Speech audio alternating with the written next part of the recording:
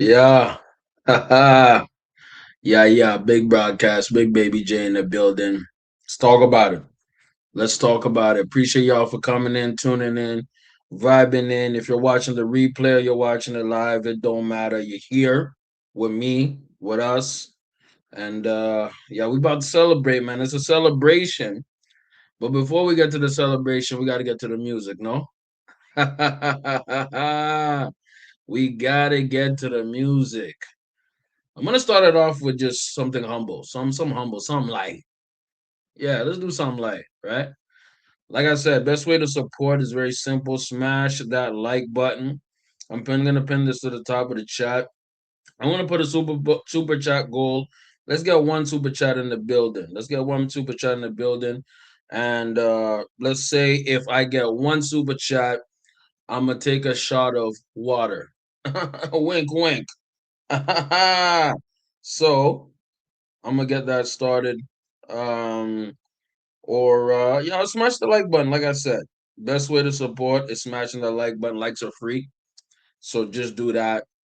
And let's get it popping. Let's get it popping, man. We're gonna get to the content. We're gonna get to the Odyssey, and yeah, let's do that. Why not? Why not?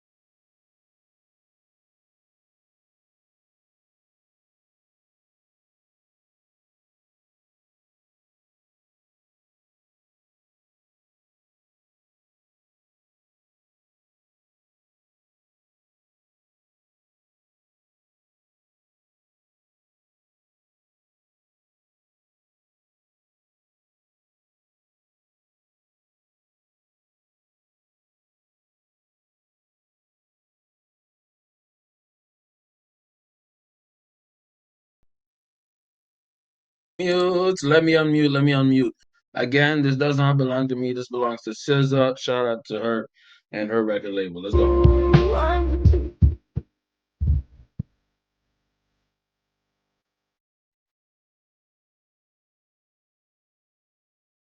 Oh, baby. Don't go, baby. Don't go. Come on.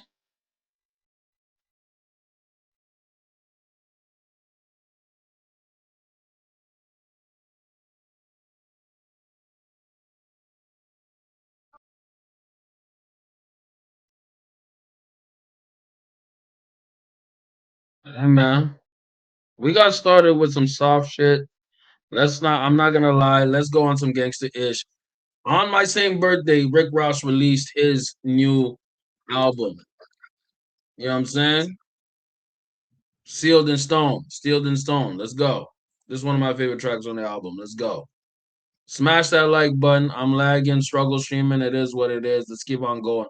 Let's keep the good times rolling, gang. Let's go. Yeah. Let's go. Real nigga music. You know the fuck going. Huh. Oh, You know every day. oh, goddamn. The homie done put up 10 of them. Oh, happy B-Day to a real. You know what's up, hold it down, family. Salute, homie. Salute, homie. Thank you so much. The bro, man. I'm starting you up, showing you love, doggy. This sleepy euphoria. And for that, I think I gotta prep myself. Yo, hold on. We hit our goal. We hit our goal. Yo, the $10 super, bruh. Appreciate you, homie. I'm gonna give that a star if I already did or already didn't. Let me prepare myself. Let me prepare myself. Celebration, nigga. Look at all the shit we been through. Look how far we came, nigga. Huh. You know what's crazy? Sleepy Euphoria was one of the people who wanted the Friday night streams back. I used to do Friday night streams consistently every Friday, but Brody was one of the few who actually wanted it back. I wasn't doing it for a while, so again, Sleepy Euphoria, the dog, the homie, I gotta do it with you for you. We gotta do a cheers. You know what I'm saying? Let me blow myself up. Let me blow myself up. Cheers to Sleepy Euphoria in the chat, brother. My dog for life. You know how it is with us. You know how we coming. Cheers on me. Let's get it. Oh, by the way, YouTube, that was a shot of water. Water. Don't think about nothing about nothing. Let's go. You know, we're gonna keep popping bottles. We're gonna keep getting this money. Can't shit slow it down. By the way, if anybody want to add some more to that, add some more to it. I'm just saying, you know what I'm saying? I'm not trying to get too greedy, but you're more than welcome. 31 years of life, man, and I'm going to explain why that matters in a bit later.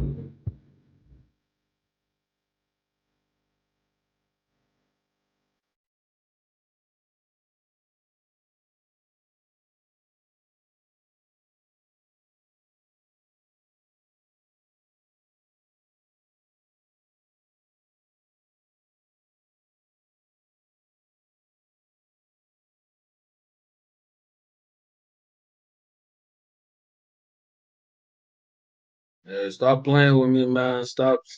Look at the struggle stream. Look at the struggle stream in this bit. Yo, holy, bruh. Did homie come again? You came up with a double stack? Jeez. Shout out to the broski again. He said, "This is for you teasing group chat." We love you. Take one more for your three of them. Oh man, yeah. You know the group chat. It be deadly in the group chat. Sometimes y'all be trolling me. Y'all be trolling me, and I be falling for it, man. Jesus, holy. I guess we gotta do it for the one time. For the one time, no. God damn. YouTube, this is apple juice now. This is apple juice. Do not play with me. And we know how they playing. Shout out to Sleep Euphoria again in the chat. My brother for life, man. You know how we get down. Cheers. Salute. Mm, mm. I feel that in my spirit, bro. YouTube's gonna play games with me, but I'm so happy y'all are here. You are here to have this fun with me tonight, man. We're gonna get to it. We're gonna get to it. This is a track, by the way. Shout out Sleepy Euphoria. Everybody here in the chat, smash that like button. Everybody here, appreciate y'all more than you know. Let's go, gang. Let's go. Giving bitches the cold shoulder. I might pour a pint up in. Of course, the struggle streaming.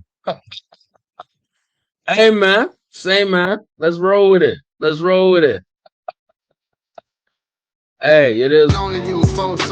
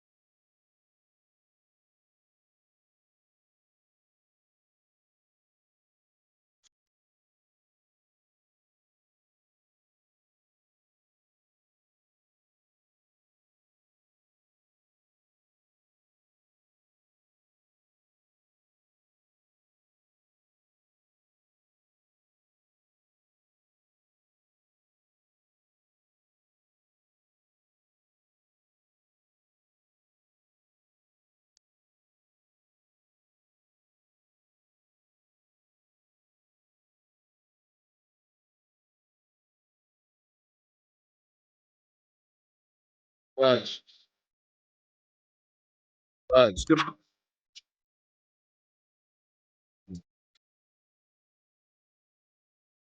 Set in Stone, great album. Show it some love. So what's it? Yeah.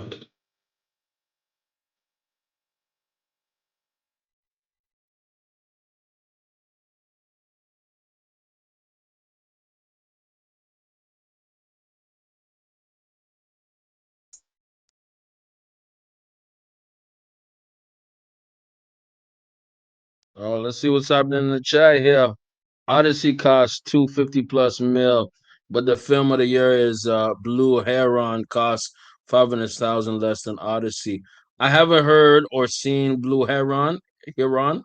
I don't know how to pronounce that, but yeah, big budget movies are not making all the money these days. If y'all saw Obsession, less than $1 million, it's made 500 M's. It's crazy.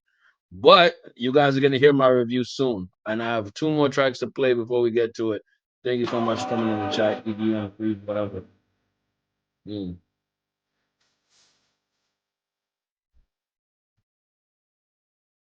I was like, oh, Hogan. I really be slamming these bitches like Hulk Hogan. Hilarious. Hilarious. Let's do this one. Let's do this one. I like this one. Mm. Smash the like button, y'all.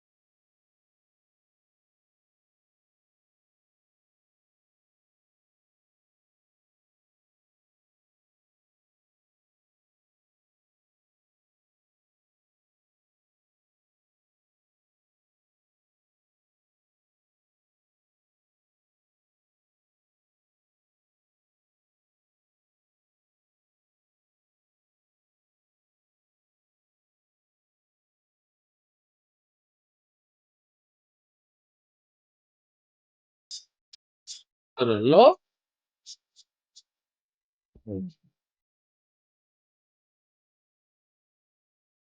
By the way, I hope y'all smash that like button, man. Stop playing with your boy. Smash that like button. Best way, absolute best way to support.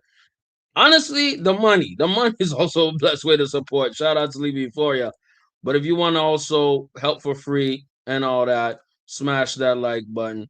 That helps a lot too. We get into the money, we get into the bag, we get into the content, we get into everywhere we got to get to. Smashing that like button is another way you can show your support. And it's free. Likes are free, by the way. I just want to remind you for the free eyes. You dig? Let's go. Let's go. Let's go. Let's go. Let's go. Come on now.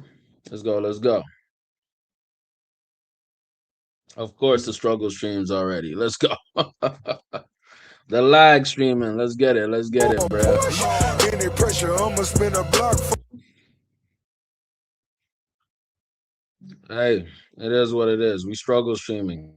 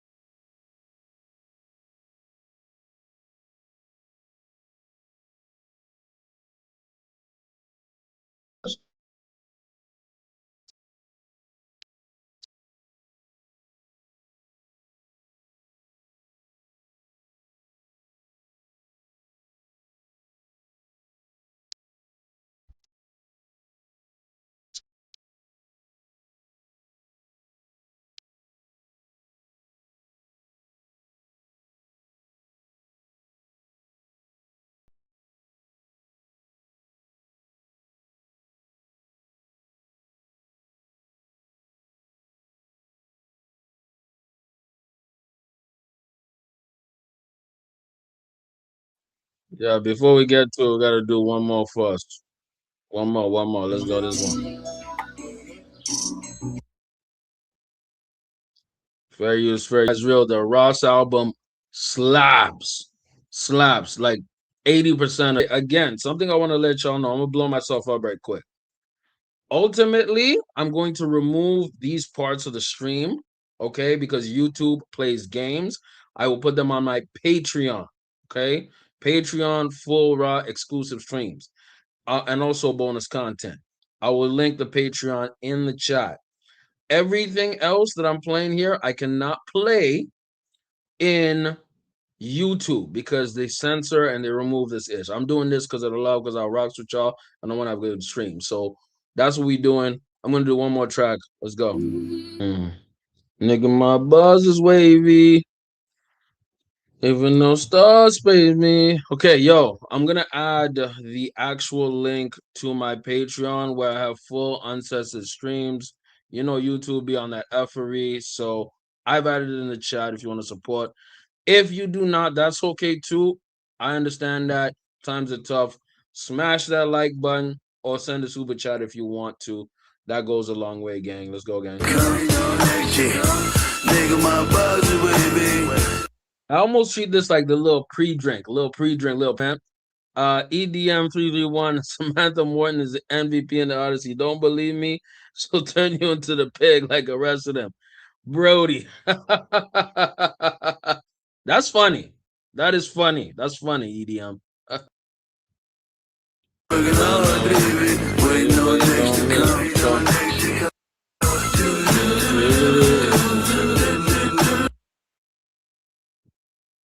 That's good, bro. That's good. All right, let's get to the content, man. Really, really appreciate y'all for coming in, tuning in. Let's get to the topics, man. Let's get to the ish. What is this movie about? What is it? Well, clearly put, it's the Odyssey. Okay? The Odyssey is a fantasy action film based on Homer's The Odyssey. Okay? It's an adaptation of the epic poem called The Odyssey by Homer, ancient Greek poet, right? Writer. So it follows Odysseus, right? The king of Ithaca, right? And it shows his long journey back home from the Trojan War, right? So he encounters a lot of things, mystical beings, all these type of trials and tribulations to get back home to his wife Penelope, who's played by Anne Hathaway. So it has a big cast. You guys are watching this. I don't know how you guys might not know about the movie, but if you have no idea what the movie is, what it's all about, I'm gonna play the trailer. Again, YouTube is gonna censor me because YouTube does this effery, but ultimately, I'm going to show you the trailer, and that's gonna set up what we're gonna talk about. Again, this is spoiler free, and also to keep it a bean, this is a book that's been out for centuries, so it's a well-known story, guys. Yeah, so spoiling it kind of doesn't make sense, but I will not give you any spoilers. I will just give it an actual critique as a movie based on its merits. Okay, that's what we finna do. Okay, and also I'll contrast it with other reviews for y'all to watch. So let's get to it. Let's watch one of the trailers for this movie. Uh, and here it is. Let's go. The sun. We're gonna start it from the beginning. We're gonna start it from the beginning. Something that's interesting about this movie is it has a huge ensemble cast, right? Keep in mind this movie is by Christopher Nolan. If y'all don't know who Christopher Nolan is, you're living under a rock. It's gonna be this guy. Now, for me, I didn't know about this guy that much. I'm gonna show you who he is. I didn't know about this guy that much. It's this guy, by the way. I didn't know about Christopher Nolan until the first Batman movie. He had movies before. He's a British guy, but dude is definitely a legend out here. I'll put on the trailer in a bit. Let's watch the trailer.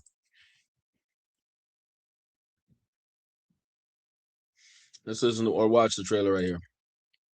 Huh? I like that date. I like that 7/17/26. If y'all didn't know, it's my 31st birthday. That's why. So EDM in the chat said the Odyssey movie, had adapted elements of the Iliad, and the Elliot Roger character was completely made up from non mythology. Why dudes who hate trans attacking him? They just like English majors. Um, ultimately, the Odyssey as a as a work of fiction, right? I think a lot of English majors read it or at least have it in their syllabus or something like that. It's really known. It's really known and studied and has intricate parts of it that are very important, right? That's why a lot of people who are purists, when I say purists, these are people who are, I'm just going to keep it a bean, they're losers. They're nerds, they're losers, they're MFs who are looking for a problem. Okay?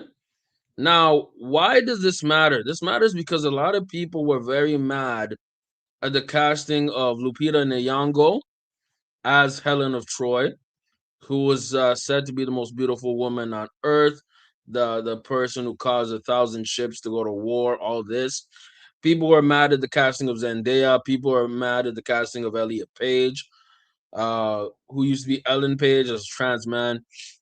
And I'm here to tell you, they can all suck a fat one.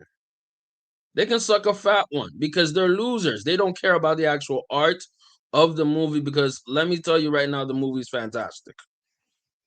I'm not going to sugarcoat it. The movie's fantastic. It's great. It's a 9.5 out of 10.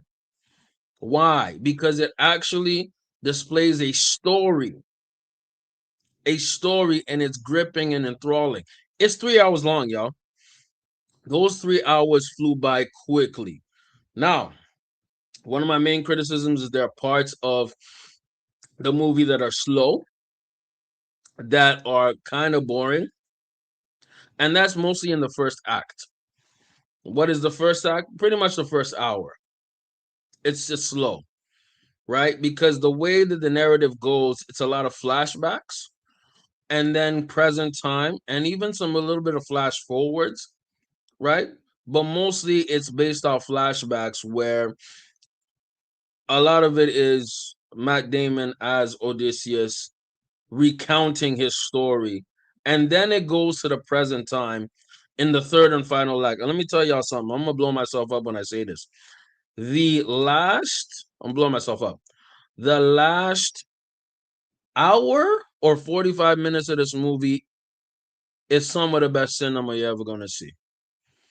Not just the action, the storytelling, the build up, and the last fight scene. The last fight scene and the second last scene of the movie, you're gonna cry. You're gonna cry. You're going to cry, y'all. I was this close to cry. I didn't cry. I was this close to crying in the theater, y'all. It is some of the most emotional, breathtaking ish you've ever seen. I'm gonna tell you right now, Christopher Nolan might not have said it, but dude was clearly inspired by the first Gladiator movie. All right. And let me tell you something, man. Gladiator, I don't know how y'all feel, bro, but Gladiator is one of the greatest movies of all time, bro.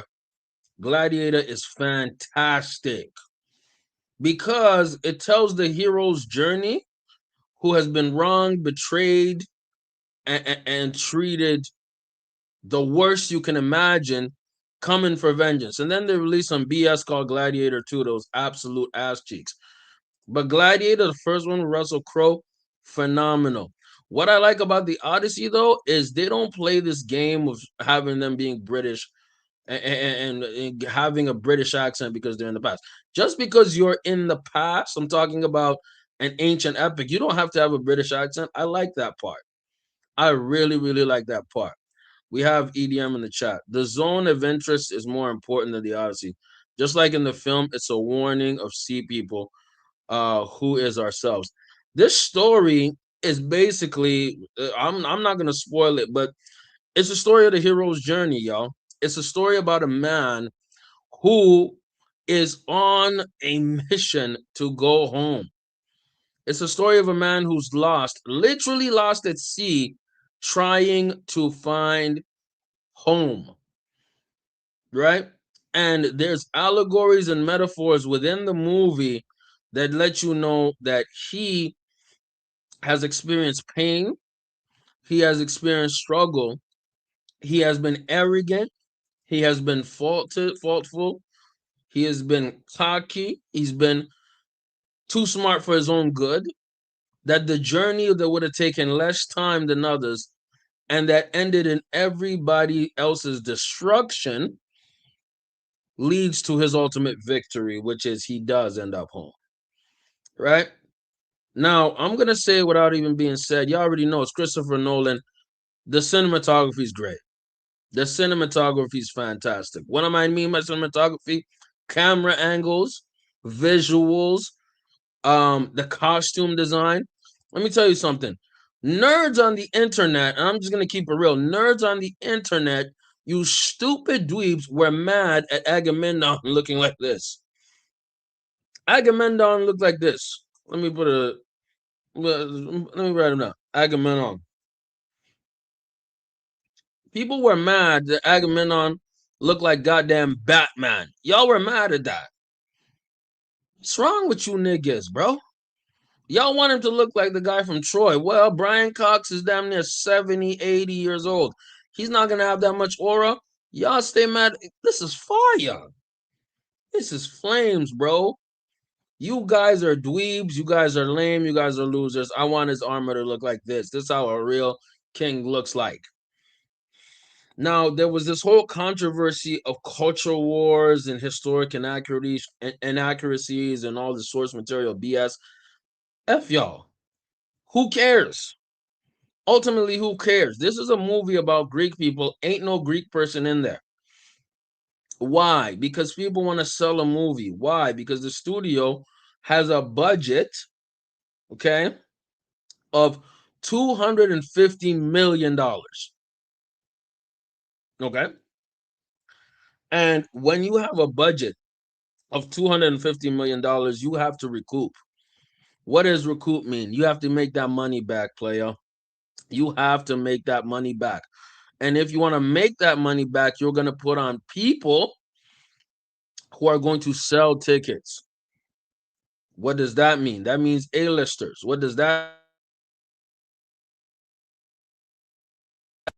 mean? It means people, men and women who are going to get you to purchase a ticket. Now, you know who should make you purchase a ticket? This guy.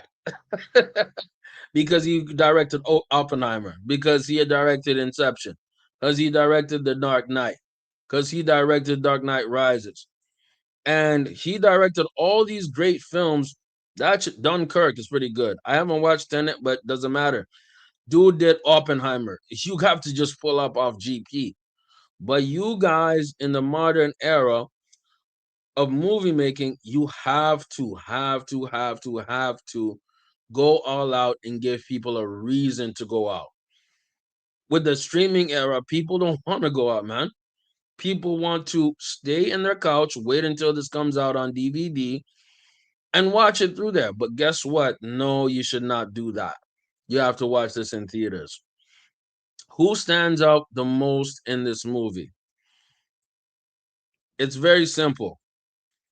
Very simple. Robert Patterson stands out in this movie, man. He's gonna win an award, and he should win an award for this movie, bro.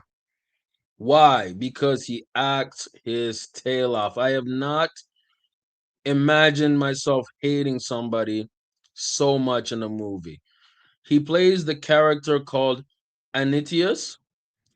I believe Antinius. I believe that's how you say it. He's a suitor of Penelope, and he's a sleazy guy, bruh. He's a sleazy, messed up guy. He's one of these MFers you want to punch in the throat. He's a fuck boy. He, I don't know how. I think Robert Pattinson just has a skill of being a slimy looking and acting MFer, bro. I don't know what it is. Anne Hathaway as Penelope stands out too. But really, the guy who really stands out as well, it's gonna kind of shock you guys, is John Leguizamo. I'm gonna try to spell his name. I'm gonna mess it up, but it is what it is. John Leguizamo. Yes, this guy stands out as well. Who does he play? I'm going to let you know. Hold on. He stands out greatly in the movie.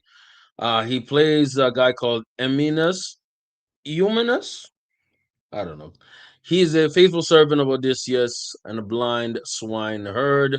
Basically, a farmer, a pig farmer.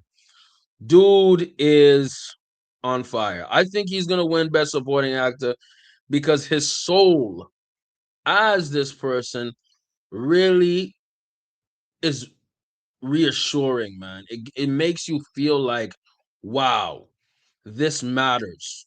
It gives it more grandeur. You dig what I'm saying? By the way, EDM331, you better have smashed that like button, man. What is you doing? So let me hear what he says. Nolan could win director Oscar. I think Bola Negra could pull off on everything everywhere all at once. Makes you root for the freshman versus the coach's favorite. Now, I haven't watched that everywhere, everything all at once. So I don't know, don't even know that movie. But Christopher Nolan is gonna win Best Director. Let's stop playing. Let's stop playing. There's in life, man. You just have to understand that there's some people who are super talented. By the way, EDM331, better smash that like button, man. Show your boy some love. Thank you. If you already have, thank you very much. Some people are just talented, y'all. Christopher Nolan was put on this planet to direct movies. It is what it is. It is what it is. Another person, especially right now in this era, this guy right here was just created on this planet, Ryan Coogler, to direct movies. It is what it is.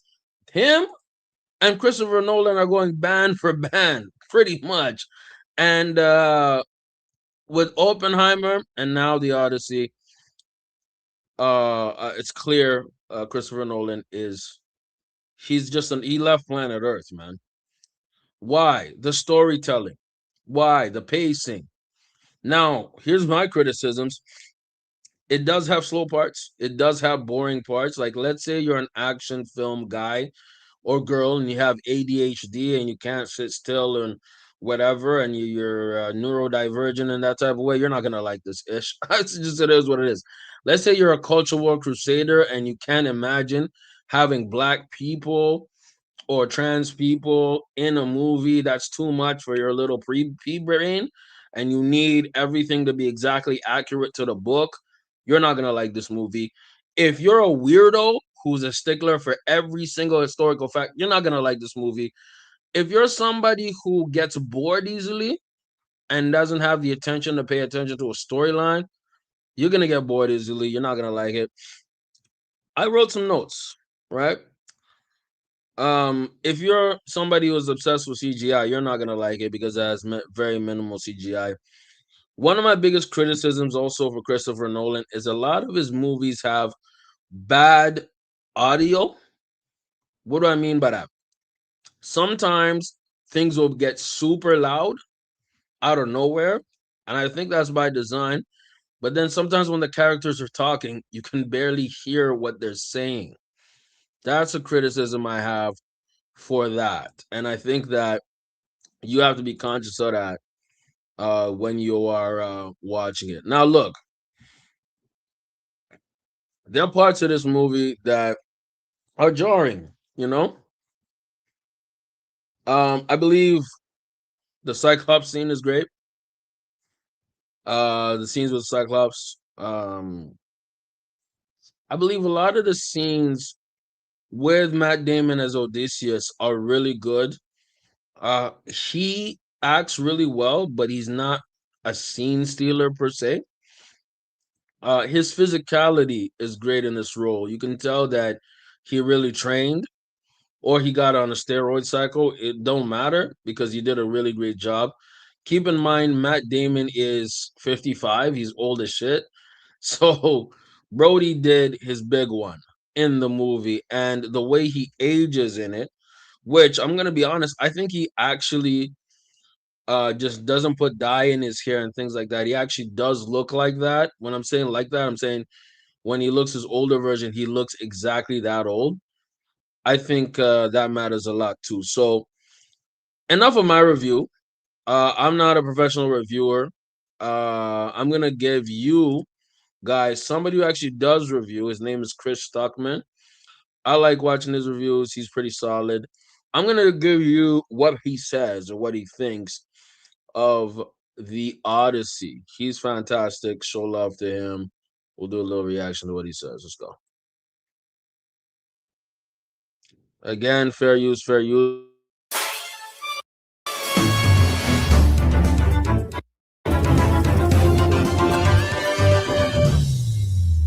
The Odyssey is written and directed by Christopher Nolan and has a massive cast: Matt Damon, Tom Holland, Robert Pattinson, Anne Hathaway, so many people in this movie. And it comes after his Best Picture and Best Directing wins for Oppenheimer. Film fans, this is up there on the list of most anticipated films of the year. Obviously, it is for me. Christopher Nolan has made some of my favorite movies of all time, are almost making $1 billion worldwide on a film that is part black and white, rated R, biopic, without a lot of action. It's not a superhero movie or a gigantic IP. That was really an incredible feat. That's before what it did at the Oscars. And after that, it's like, okay, now you've got some. So, like he said, Oppenheimer as a movie was so damn good. And I like the fact, again, it wasn't an IP, it was basically a biopic. And good parts of it, like he said, were in black and white. So, if dude is able to do that with some source material that was, I think, some like a 900-page book, what was he going to do with the Odyssey? Let me tell you something, man. When somebody's good at something, it's very rare they all of a sudden get bad at it when given a better opportunity, right? Ultimately. So this whole friggin' narrative that this whole thing was woke, garbage, and everything like that, I don't believe it. I don't take it. I think it's nonsense. I ain't going for that. I ain't I ain't with that. I ain't with that. We're having some issues. Let me pop out a.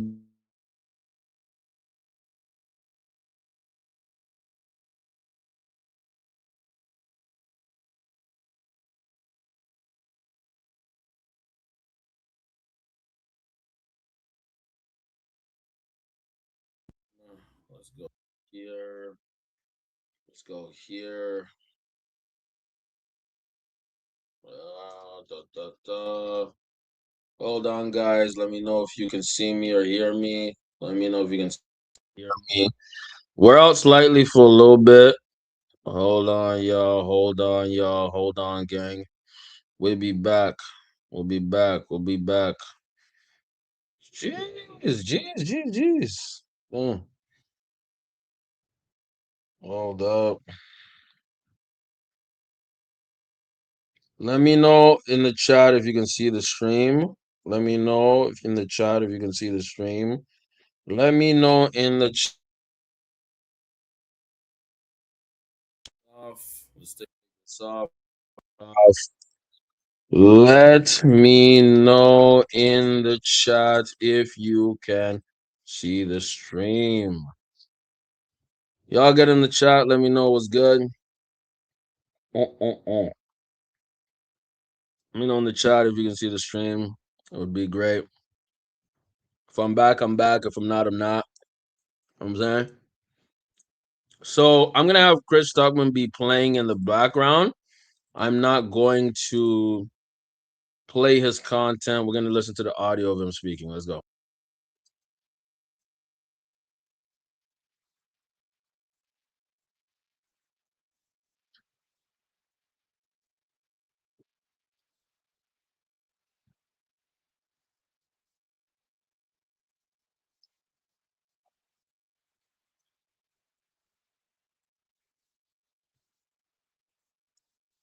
So here it is. I'm gonna read the uh production part of this actual what Chris Stuckman is talking about is the production piece of it.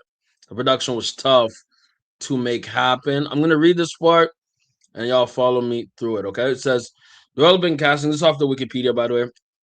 In by November 2023.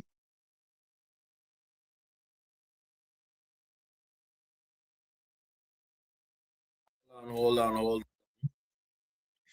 So y'all get in the chat. Let me know if everything is good on y'all end. Um, Let me know if you guys can see me or hear me. Thank you. So I'm reading off the Wikipedia. This is regarding what Christopher Nolan had to go through during the production. It's a pretty long read, but let's go. By November 2023, director Christopher Nolan had yet to decide what his next film would be after Oppenheimer. While he was receiving various ideas for his follow up, the director felt he had to own it. He would have to own it completely.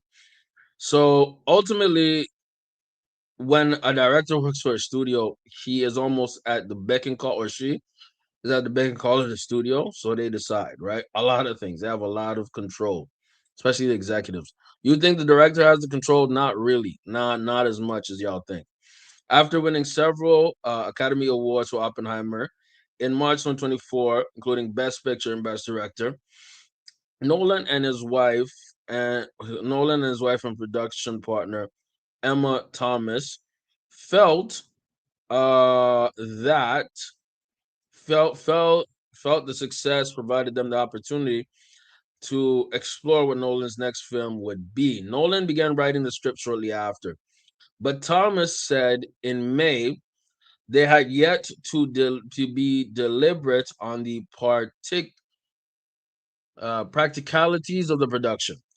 Nolan was revealed in October to be developing his next film at Universal Pictures. After working with the studio on Oppenheimer, Nolan was confirmed to be writing the script and producing once again with Thomas through their production company, Sin Company. Matt Damon was in talks to star after collaborating with Nolan on Oppenheimer and Interstellar. They did work together on Interstellar. Oh my God. My dog is coming back with another one. The Friday night stream's coming back. Yes. By the way, Sleepy Euphoria, we might need to bring you here for a Friday night stream. Whenever you ready, dog, I'll send you the bat signal. You dig? But you know what happens when you send a super chat, super sticker, bro. We gotta do it for the one time. Jeez. Holy. Mm, mm. Oh, oh, you are an evil mouthful, but I love you, dog. I love you so much, brother. Thank you so much. And my dog for life, man. And it's not even about the super stickers, man. Like if I was to tell you what me and bro went through as homies, man, y'all would not understand. So again, this is my dog for life, man. It is what it is. Friday night stream. Struggle stream. This is a Friday night struggle stream. I think I gotta give it another S in that bitch. But anyways, I'm gonna keep on reading about the production. Matt Damon was in talks to star after collaborating with Nolan on Oppenheimer and Interstellar. And by the way, isn't it funny that Interstellar is about another person getting lost far away? The film and filming was scheduled to begin in early 2025. Unlike Oppenheimer, which Universal acquired at auction, the Odyssey was set up directly at the studio and given a release date on July 17th, 26. So no other studios were bidding for it. Okay. The logline and additional details of its premise were kept largely secret compared to Nolan's previous films, which prompted much speculation about its subject matter. That included rumors that it would either be a vampire period piece, a reboot of the 1893 helicopter action thriller Blue Thunder, or an adaptation of the British spy series The Prisoner, which Nolan was previously attached in 2009, and all these were debunked. Nolan later reflected the disadvantage of never telling people what you're doing. I think that's really good. A level of secrecy. We're in a social media world, so when you have a level of secrecy, that goes a long way, right? Was the invention and circulating rumors, though the nonsense though he nonetheless enjoyed them. Damon was confirmed to star later in October when Tom Holland was cast. Previously, Nolan collaborator Anne Hathaway was in Dark Knight Rises, Interstellar, and Robert Pattinson, who starred in Tenet, joined the cast in November alongside Zendaya, Lupita Nyong'o, Charlize Theron. Damon, Holland, Hathaway, Pattinson were all set for lead roles. Yes. So keep in mind, this movie, Matt Damon as Odysseus is huge. Tom Holland Telemachus is huge. Hathaway as Penelope and Pattinson, Robert Pattinson, those are the main leads of the movie. Everybody else, Lupita Nyong'o, Leguizamo, Elliot Page, all of them are minor or secondary supporting. They're not the main leads here. Really, it's a story about a father trying to get revenge and go back to his family. That's what it's all about. That's a baseline of what it is. With Nyong'o and Zendaya having supporting roles. Pattinson was the only actor who requested to read the script before signing on. So everybody else was just good for it. Pattinson wanted to kind of read it. In December 24, Universal announced Nolan's new film as the Odyssey, an adaptation of Homer's ancient epic Greek poem, The Odyssey. The studio described it as a mythic action pick, which would be filmed worldwide. Now, is there a lot of action? Surprisingly, no. For a 3 hour action epic movie, I'm not going to cap. Maybe an hour 30 of it, half of it is pure action. The other half is a lot of drama, a lot of talking, a lot of dialogue. And for me, it works. If you're a full action fan, it won't work. If you're a fan of John Wick, it won't work. You know what I'm saying? If you're a fan of John Wick, there will be scenes you'll like a lot, though. But I'm just trying to temper y'all expectations of people are going to watch. Okay. Nolan was previously attached to direct Troy, based on Homer's epic predecessor, the Iliad, that Wolfgang Peterson had developed for Warner Brothers Pictures before Peterson chose to direct Troy instead of a planned Batman versus Superman film. Uh, and Nolan subsequently made Batman Begins. Okay, so this is interesting. It's basically saying that Nolan could have directed Troy, but that passed. And that's why I think he wanted the Odyssey, because that's almost a chance for him to make his own version different from Wolfgang Petersen's, who actually did direct Troy. Nolan believed he was in a little over his head for Troy, but felt he had become more qualified to adapt the sweeping story of the Odyssey after working on several large-scale productions during the following 20 years. The Odyssey was expected to be the most expensive film of Nolan's career with a net budget of 250 million. Wow. So that's interesting. That's an interesting fact. Saying that out of all the movies that Nolan has done, let's go through them. Let's go through them right quick. There's Memento, there's Insomnia, I haven't seen those. Prestige, I haven't seen that. Batman Begins, of course I saw that. Inception, of course I've seen that. Interstellar, seen that. Dunkirk, seen that. Great movie. Tenet, haven't seen that. Oppenheimer, come on, bro. Of course we've seen that. And now Odyssey. Out of all these movies, they have not cost as much of this movie. So they have to make the bread back. They have to make the money back. They have to make the money back. Okay? Okay, so it has to sell. Is it worth your money? Yes, it is. So EDM 331 says Memento is the best movie. Get in the chat. Tell me why. I've never seen it. I probably will see it now because I'm a fan of Nolan. I like Nolan. Right? So here again, we're getting the fact that this is a very expensive movie, clearly. And y'all know it is, right? Further casting took place throughout early 2025 with previous Nolan collaborators Ben Safdie, Elliot Page, Himesh Patel, Bill Irving, Josh Stewart, a bunch of other MFers. um, Hamish Patel was quietly offered this part in 2024. Additional cast members, all these other MFers, man. I'm not gonna name them all. It is what it is. Universal confirmed that Damon was portraying Odysseus in the middle of February. Ahead of the start of the planning film later that month, this came after some rumors circulated that Holland would play the role. Holland would later confirm to portray Telemachus, which he did a great job in. I just want to let y'all know he did really great in that role. Nolan described the Odyssey as the largest and most challenging production of his career due to scale. So, like Chris Stuckman was saying, this had a lot of issues. And by the way, I want to say this, the scale of the Odyssey is massive. When I say the scale, I'm saying the set pieces and things that happen in the movie are massive, bro. The fight scenes in Troy, the beach scenes, the scenes at sea, filming them. And I'm just gonna keep it real. It looks like they didn't use a lot of CGI, very minimal CGI. Okay. So if you're using very minimal CGI, you have to make sets. You have to build set pieces, bro. That's hard. That's very hard, y'all. You have to be in different locations because clearly they are in different locations around the world, y'all.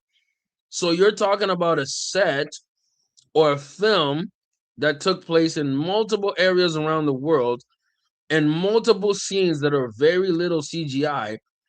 The pure effort, bro. Let me tell you something, man. CGI is ass these days, man. I'm not here to cap. It's trash.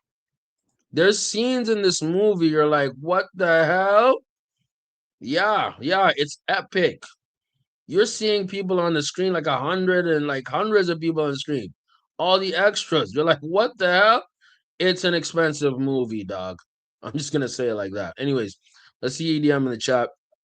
Nolan budget has increased as his budget requests all fuzz but no meat. Okay.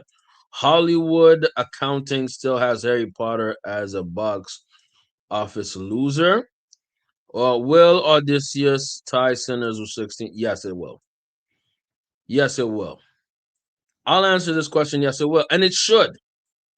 And it should. It should match the 16 nominations because Sinners versus the Odyssey, I personally preferred Sinners, but I can see people preferring the Odyssey.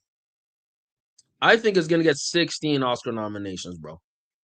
It's going to tie it. And it deserves to. I think it's going to win best movie of the year. I don't see a movie beating it. It's just facts, man. It's just facts. Right? Anyways, let's say Sandler and Addison write their scripts based on where they want to vacation. Netflix pays it. Adam Sandler, I like Adam Sandler. He's been releasing a whole bunch of bullshit, bro. I like Sandler. He releases a bunch of nonsense, man. It is what it is. Um, it's like dude realized the formula and just decided to ride it for the rest of his career. It's kind of sad because if we keep it real, dude killed it in this movie. I'm gonna put it up. He killed it in this movie called Uncut Gems, and then decided to go back to releasing a bunch of slop. It is what it is. If slop works and makes him money, why not? But you have to respect somebody like Nolan who's actually trying to do some ish. Respect to him.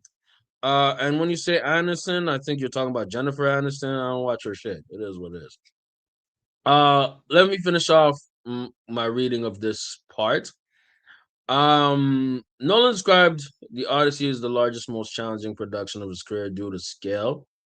He explained he chose to adapt the Odyssey because it had not been adapted into a large-scale production from a Hollywood studio, calling it an odd gap in movie history. Now, had it been adapted? Yes, it had, but in the 90s as a mini series. So he's correct. It had not been adapted in a major large scale way because it's actually a pretty long book and there's parts that clearly Nolan skipped. But as a large scale movie, no, it had not been adapted to that. So he's correct in that. I've not seen a miniseries. I could argue easily that this would be really good as a mini series, right? But HBO series, something like that. But that's not what happened. I think as a movie, it's fantastic. I told you. 9 out of 10. I told y'all. 4.5 out of 5. People can easily give this a 10 out of 10 movie. And I would understand it. I would understand it. Anyways, we finish reading here. Nolan, right? He explained the okay. Nolan and Thomas described the Odyssey as foundational because it incorporates aspects of horror, absolutely. Mystery, yes. Romance, yes. Thriller genres of stories, yes. It's a genre blending movie. So you can't put it in a box. That's why I said when you say it's an epic action movie, not really, no, because that would be longer. Nolan read and studied the Odyssey and several of his translations, including those by classicist Emily Wilson, E.V. Rio, Robert Fungels. Nolan drew inspiration from various Greek mythologies, inspiring films he watched growing up, particularly the works of animator and special effects artist Ray Harryhausen. He wrote the script in a non-linear fashion. So again, yes, it's not linear, clearly. There's parts of the beginning of the movie that come back in the end. So and come back even in the middle. So it's not a linear timeline. It could be confusing, but it works out well. While the script was said to be very faithful to Homer's text, Nolan made some alterations, such as most prominently featuring Odysseus' faithful dog Argon, more interactions between Odysseus and Telemachus, his son, humanizing the goddess, in which Circe to be unsettling yet sympathetic, and complicating the reunion between Helen of Troy and Spartan king Menelaus. Menelaus. I think that's how you say it. Regardless, Circe the witch, like EDM 311 was saying. Let's go earlier to his comments. Samantha Morton, this is funny, is the MVP in the Odyssey. Don't believe me? She'll turn you into a pig like the rest of them. And this goes to something that I want to play a bit later from Victor David Hansen about the feminism of the movie, or at least the female aspect. And we'll get to that very soon. Don't worry about it. To combine the Odyssey's fantastical elements with Nolan's use of tactical realism, the director chose to take a realistic approach. I think this was great. And depicted the evidence and actions of the gods through natural phenomena once considered supernatural. During the story's time period, Nolan called this a big breakthrough creative, creatively. Nolan cited Andreas Trotsky's Andrei Rublev and Akira Kurosawa's Run as major inspiration, particularly regarding their visual style and atmospheric tone. Nolan considered casting actors to portray Greek gods, throwing thunderbolts from Mount Olympus, but found depicting the characters' fear of the gods' actions, providing a more immersive experience than outright showing the gods. That is something I really noticed in the film. It wasn't so much showing the gods, it was showing their actions and perceptions, and then it led the characters to perceive these as godly acts and not merely random translations. So the movie was very spiritual in nature, right? Here in this scene, you're looking at Odysseus with Athena, right? The goddess Athena. But Clearly, in like literally in this scene, he sees her, Athena, the goddess, but Calypso does not see her. You understand what I'm saying? So the goddess, my bad, is invisible. And you could say maybe it's a hallucination of his mind, or maybe he's tapped into something spiritual. This movie is oddly spiritual. And I kind of like that. I kind of like that. As a spiritual person myself, I really like that. Let's keep on moving forward, right? Production designer Ruth Jagon, costume designer Elian, I'm not gonna say that name, returned to work with Nolan from Oppenheimer. Okay, that's pretty interesting. That means that these people had worked with him through Oppenheimer. Now it's interesting to get a period piece and then do something in ancient Greek times. I think the costumes are great. Now, were they exaggerated? Clearly, but they got to the point. Agamemnon was aura farming. It is what it is, right? To depict the armor, weapons, and ships, Nolan said the production thoroughly rescheduled the very fragmented archaeological records of the Bronze Age, ancient Greece during Homer's life. On the production choices, Nolan examined the oldest depiction of Homeric characters tend to be depicted in the manner of people living in Homer's time. So there's a pretty strong case there there for portraying things that way because that's the way the first audience received the story.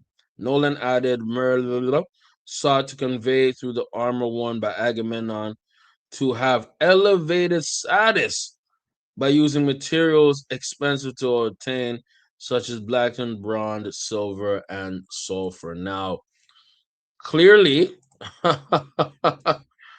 Agamemnon, he had the drippiest armor. Because dude had the war armor, bro. Dude was going, he's the king. Hope Morton gets Best Supporting Actress nominations over and I'm just gonna keep it real. Anne Hathaway is probably gonna win it, but Samantha Morton did a fantastic job as supporting actress. She killed it at the role of Cersei. Um, she gave it a deep layer because you're thinking. I'm assuming you watched the movie EDM 331. Let me know in the chat if you did. She you end up understanding her and understanding the feminine perspective. So does this movie, if this movie would be called woke, that would be a valid reason to call it woke. But then if you actually listen to the rationale of it, Cersei is a witch who doesn't trust men because she was probably abused by men. So could you qualify that as woke or could you qualify that as understanding a woman's plight? Because yes, women do get abused by evil men. That's a fact of life. Now, is it as common as people say? Debatable, but ultimately her uncertainty and her hesitance to be around men could be justified and understood to a certain level, right? So, anyways, let's go back to Chris Tuckman's review of the movie and his thoughts. Let's go.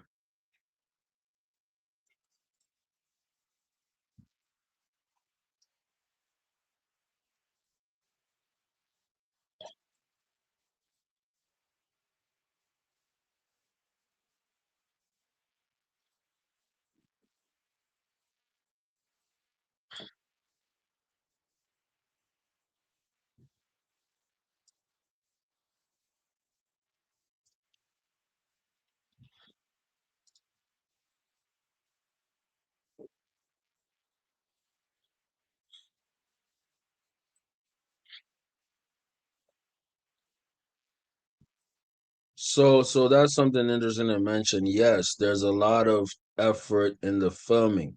This was shot entirely in IMAX. I think like some 70 millimeters type thing. Um, I didn't watch it in IMAX. I watched it in AVX. I might watch it in IMAX next time because I'm watching this movie again for sure.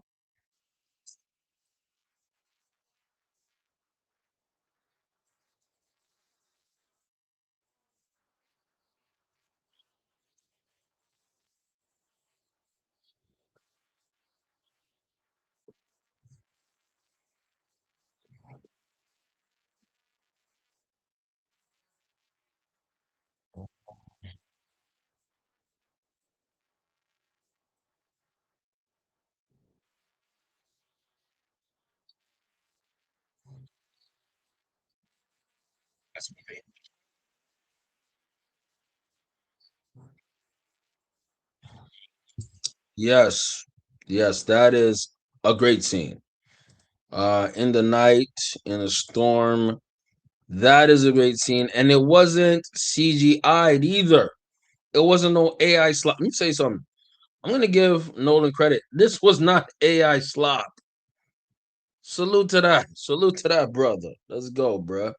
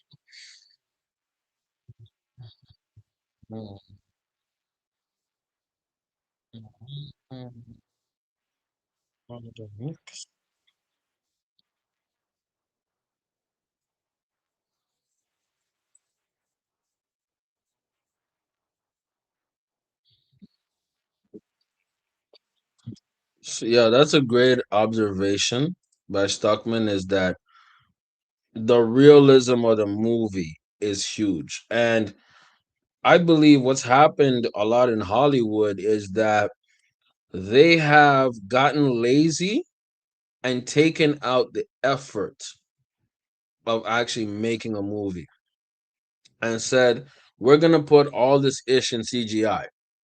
We're going to do all this ish in post production. We're going to do all this ish being lazy. Now, Nolan has the cachet to do that. Ryan Coogler has the cachet to do that. And they have the power to. So, this way to make a movie might simply be limited to very few directors. It's a fact. It's a fact. And that's sad. That's sad because most movies are ass these days, right? So it's just the real. Let's go back to it.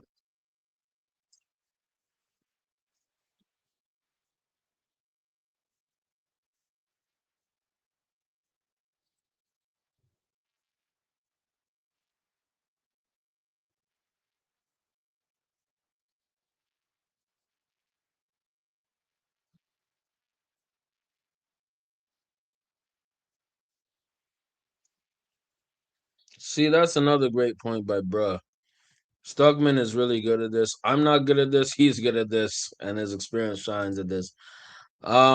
Yes, he kept it R rated. Now, here in Canada and CA, where I'm at, it's I think it's PG-13 or PG. It's not as rated R. I think in other audience, the states are not. It's rated R. What it's communicating to the public is that this movie is one that is based or hinged on being ultimately real. We're gonna show the blood. We're gonna show the sex. We're gonna show things that are not appropriate for all audiences. And I think not only is that brave, but that's real. We want to see real ish. People are not scared of an R rated movie no more because I think that's what people prefer. People want to see the real, authentic ish. We want to see the blood. We want to see the sex scenes. We don't mind a titty. Who's mad at some tits? Let me blow myself up. Who's mad at some titties, dog? Are you really tripping out off some blood? Let me know in the chat. Hey, you that bitch, man? Hey, man, it's my 31st birthday, man. I'm allowed to be a dick. I'm allowed to be an asshole. And I'm going to take full advantage of that. Don't be pussy. Don't be bitch made. Let's go. I'm trying not to cuss, but clearly you can see it's tough. Don't be soft. Shout out Chris Stockman. Let's go.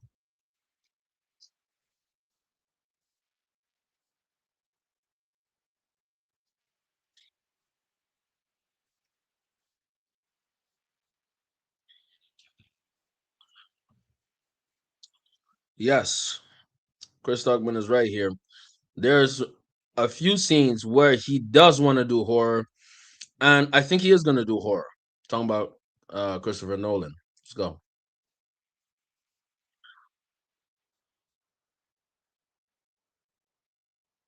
I might do a spoiler stream, by the way, so y'all stay tuned. This is a non-spoiler free stream. So let's talk about it.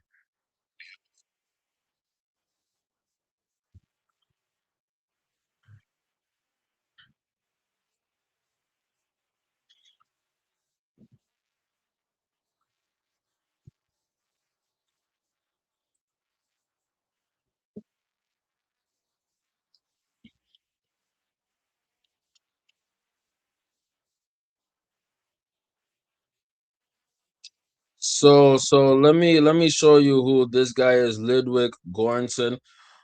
Big up to him. Big up to him in handling the score of this movie. Um, he he also did Sinners and also a few other movies. He is doing really good, man. And we have to put respect on his name. He is one of the great composers of movies these days. And he might have another one of these holding it about a year from now for the Odyssey. It was fantastic by him. Uh, there was not a lot of music in this movie, but there was a lot of audio based character development and scene setting. Let's go.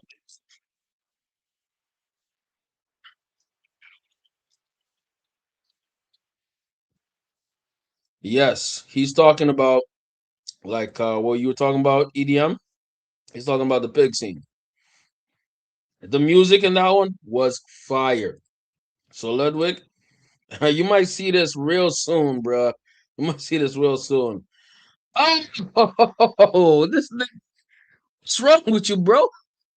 No, no, let me blow myself up. Cause what the is wrong with you, bro? Oh, to that epic bitch made ramp. Yo, yo, yo, I'm just gonna keep it real. I might have to just nuke this entire stream. After this stream is done, I'm gonna just nuke it and put it all on Patreon, bro. YouTube is I'm not getting I'm getting cooked. YouTube's gonna F me over. But you know what? I do it for the love. I do it for the audience. I do it because I love y'all, man. And again, Sleepy Euphoria, man. You know what time it is, bro. No, I could cook you on the Dallas Cowboys, but I gotta reward you. I gotta show you. I might even get a Dak jersey out of respect for you, bro. Holy, holy, holy. I might get a Dak jersey off GP. Probably a Pickens or CD Lamb because I like those guys better than Dak. I might just do that off GP.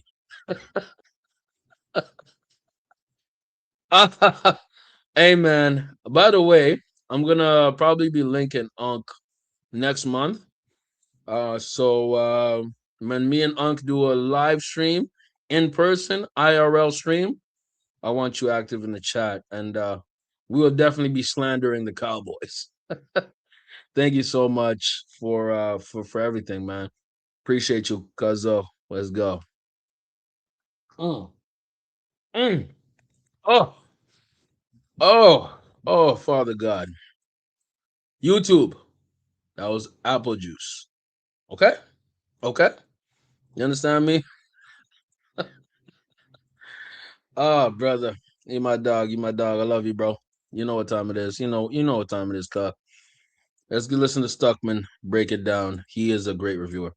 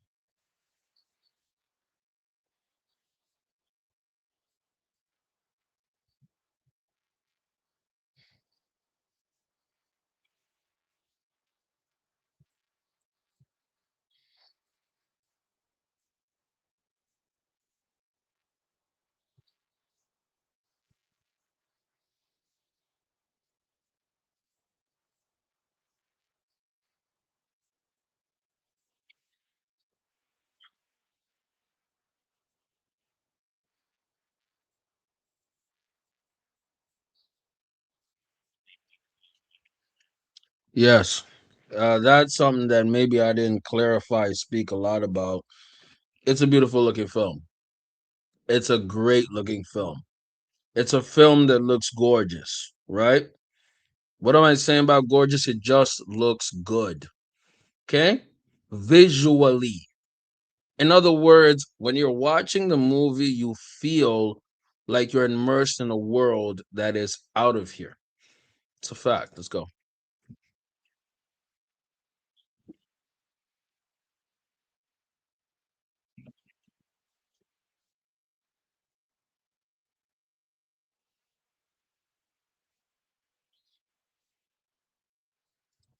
There you go. Yeah, exactly. The first 10, 20 minutes were a bit rough.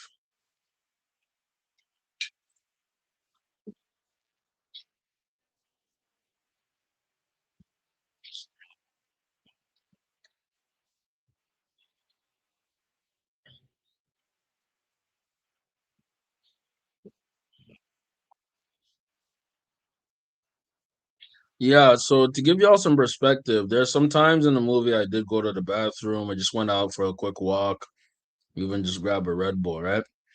And I missed scenes that I think were linked to things that actually happened.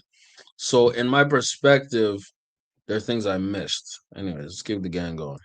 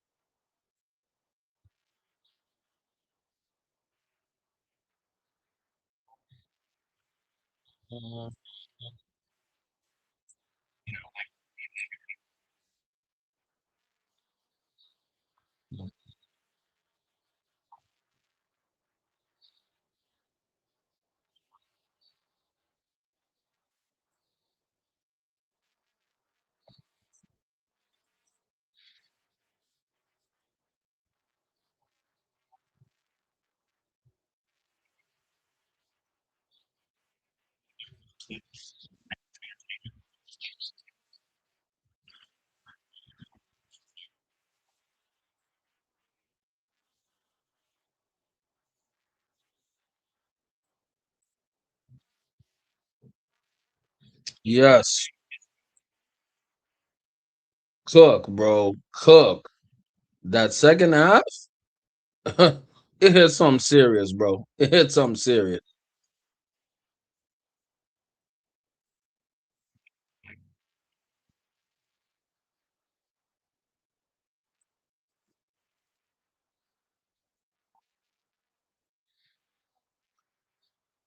Yes, yes.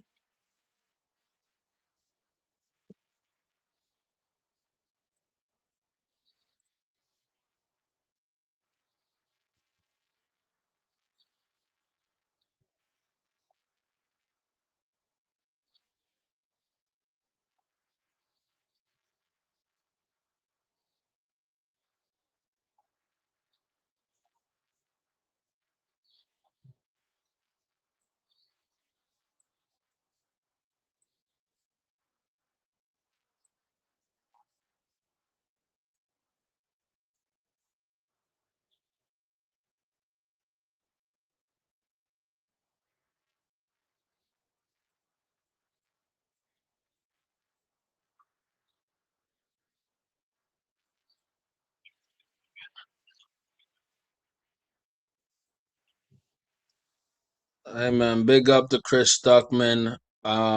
Great review. Ultimately, what he was talking about was he loved the movie. Clearly, he's going to watch it again. I'm gonna put it in the chat as to what he was his review. So I'm gonna put it right now. Chris Stuckman's review of the Odyssey. Right, right over here. So y'all check it out when you get the chance. He breaks it down. Now, something that I wanted to cover is the criticisms. I'm not gonna be here just deriding. We're gonna cover some of the criticisms, right? And um, there was a show, namely an entire show dedicated to talking about the upcoming impending issues with the Odyssey period. Do you understand? So there's certain people who had valid criticisms for the Odyssey, and I'm going to not necessarily say cover it, but I'm gonna also give my perspective. I'm gonna see if YouTube allows me to play this. If it doesn't, stay tuned, stay watching, and I'm going to give my perspective in a bit, right? Based on after watching the movie, right? This is Pierce Morgan, by the way. Let's go. Accuracy is colorblind casting and is reputed as an epic blockbuster with no strings attached. Christopher Nolan's The Odyssey, based on Homer's sprawling poem, is one of the biggest and most anticipated movies of the year. It's therefore no surprise that its release this week has been marred by furious debate about its historical accuracy, its colorblind casting, and its reputedly feminist undertones. Critics say it's Snow White on steroids, a beloved classic shattered by the woke wrecking ball of demonic Hollywood. This time they argue it's gone too far. The victims. Now, is that a valid argument? It could be if you didn't watch the movie. If you watch the trailer, yes. If you saw the marketing, yes. But not so much in the movie. It is feminist a little bit, but also calls out the feminism bullshit. So it's like okay. Of the alleged woke washing are not merely fictional dwarf helpers, but the characters of a foundational text in the grand sweep of Western civilization. But are they missing the point? Isn't Hollywood's role to reflect the changing world around us and not simply parrot the legends of ancient history? We have not one but two epic panels to debate this, beginning with the classics. Well, Daniel Mendelsohn is a scholar, critic, and best-selling author of An Odyssey, a father, a son, and an epic. His translation of Homer's poem was published this spring in paperback. A.M. Wilson is a novelist, biographer, and journalist, also the father of Emily Wilson, whose feminist translation of the Odyssey is said to be the basis of Christopher Nolan's new movie. But first, let's talk to the historian and senior fellow at the Hoover Institute, Victor Davis Hanson. Victor, great to see you. Great to have you back on Uncensored. Thank you. What's your beef with the Odyssey? It's kind of a minor one. I think that I thought because that is considered the national epic of the Greek people, it might have been magnanimous of Christopher Lloyd to include someone in the tradition of Irene Papas or Melina Mercury, a great. No, I really like Victor David Hanson. He's fantastic. He's a very good intellectual. He leans conservative, but he's not retarded conservative. And I'm gonna get censored. I'm gonna get cooked. It is what it is. YouTube's cooking me. I accept it. But his criticisms and his critique can be good. So let's listen to what he says. Greek American actor, but the whole idea of cultural appropriation is very controversial. I have no problem with a character in a playing a role that the original author did not really envision, as long as it's symmetrical. And by that I mean, if you want to wear dreadlocks and you're white, that's fine. If you want to wear a blonde wig and you're black, that's fine. Just so it's reciprocal. The only problem is when the character is so far off from what the author intended that it affects the narrative. So I don't think it would be wise to make a movie with a white Martin Luther King bio or a black Abraham Lincoln. It'd be too jarring. But I have no. See, and this is something that happens when you don't actually watch the movie, right? If you haven't watched the movie, this criticism is valid. What he's saying, I'm talking about Victor David Hanson. What he's saying is extremely valid. If the race swap or the gender swap is removing the narrative from what it is and actually is a distraction from it, then that's an issue. But if it's not, and it's minor, and it actually does not affect the narrative to a significant portion, then it is not an issue. What are we talking about? I'll show you what I'm talking about. There is Helen of Troy in Odyssey, right? Let me be precise. If you look at the Odyssey, Lupita Nyong'o plays Helen of Troy. Now, in the Troy movie, which is based on the Iliad, it is some German actress, whatever, right? This was one of the casting things that people were mad about, right? Helen of Troy in the movie Troy was not a massive character, supporting character, actress, period. Helen of Troy in the Odyssey is a supporting actress. She barely is in the movie. Maybe 3 minutes at max. You dig what I'm saying? Does she influence the narrative? Very little. Her twin sister actually influences the narrative more. And you can talk about that at another time. But if you're somebody who's so thirsty for clicks and racist viewers, then you will harp onto it. So Victor David Hansen, as great of an intellectual as he is, he hadn't watched the movie. So he is saying things that are valid, but he's almost defending the argument for Lupita Nyong'o playing Helen of Troy. And by the way, she is great. And she's beautiful. To me, she's gorgeous. But that's how I feel. Let's go. Problem that he's using an African American character for Helen and Clytemnestra, or they're two characters. They were mythologically sisters, so there's no problem there. Zorba the Greek was played by a Mexican American actor, Anthony Quinn. He did a brilliant job. It's only when it's so jarring that it's deliberately interrupts the narrative in a way that it's almost impossible to follow if it's a character deviation, or if somebody has one arm and the character has two arms. But the Greeks were very tolerant of, and I don't really think that they had a notion of racial distinctions like we do. Correct. The Greeks were not as racially, I won't say motivated, but as racially focused as 2026 North America, Western society. Not at all. Not at all.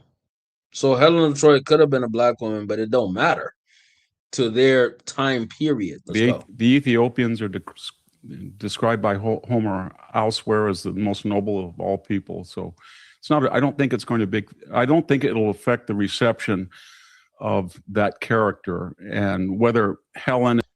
And he's correct. It did not affect my reception of Helen of Troy. No. And Clytemnestra are well acted, or whether they enhance or detract from the narrative or the film adaptation of it will depend on the quality of the performance. Yeah, and look, I agree with that. I think that correct. And then ultimately, Lupita Nyong'o did a great job as Helen of Troy. She did fantastic. In her limited amount of scenes, she did great. And I don't care what y'all think. Lupita Nyong'o is sexy as fuck. I'm just gonna keep it real. She's sexy as hell, man. What has caught most attention, and I think you have a view about this, is that Lupita Nyong'o, who plays Helen of Troy, she gave a recent press interview in which she seemed to criticize Homer for the lack of time he gave to women in his original work, instead choosing to tell the story from the masculine side, as she put it. Let's take a look. I'd be like, so Homer, how do you feel about this screen time given to these women, considering how little you spend with them? Okay. And then do you lean forward and look at him like that? Yes, like, remember us? Now, at the premiere of the movie, Samantha Morton, who plays the Greek goddess and sorceress Circe, took the opportunity to reinforce the idea that this was a feminist reimagining of the mythical story. Let's take a look at that. In history, women have been vilified, whether you're a midwife, whether you're, a herbalist, whether you're a healer, whether you're just in tune with the moon. Like, women have just been vilified throughout history. And I gotta pause that check right quick. I gotta pause it right quick. You say women have been vilified and done that also quick. Your entire movie, talking about the Odyssey, puts women in a great light. Matter of fact, you could argue it has huge feminist overtones. So you're going to complain about women's struggle and suffrage when you're promoting a movie that literally puts women in power from start to finish. And it does not destroy them or oppress them. It actually uplifts women. The f- are you talking about? You see, this is what I don't like. I don't like when women want to complain about some ish when they're actually promoting some ish that's helping them. So you're gonna complain about something that's doing favor to you? That's some dumb. Anyways, man, let's hear her talk some stupid nonsense. Just let's hear her talk some stupid ish I right think that quick. that was my take on it. But also, Chris's Matter of fact, you complaining right now is so stupid because you might get a damn award because of this. That's uplifting women, period. You might win a goddamn award. You're complaining about the ish subjugation of women. interpretation of the original text and then like kind of condensing it into this like essential oil of Cersei was phenomenal. And that I just worked from the text. It was all there for me. So basically, I think the modern vernacular would be Homer was a bit of a sexist pig. He made it all about men. And this film redresses the balance to make it actually more equal in terms of gender presence.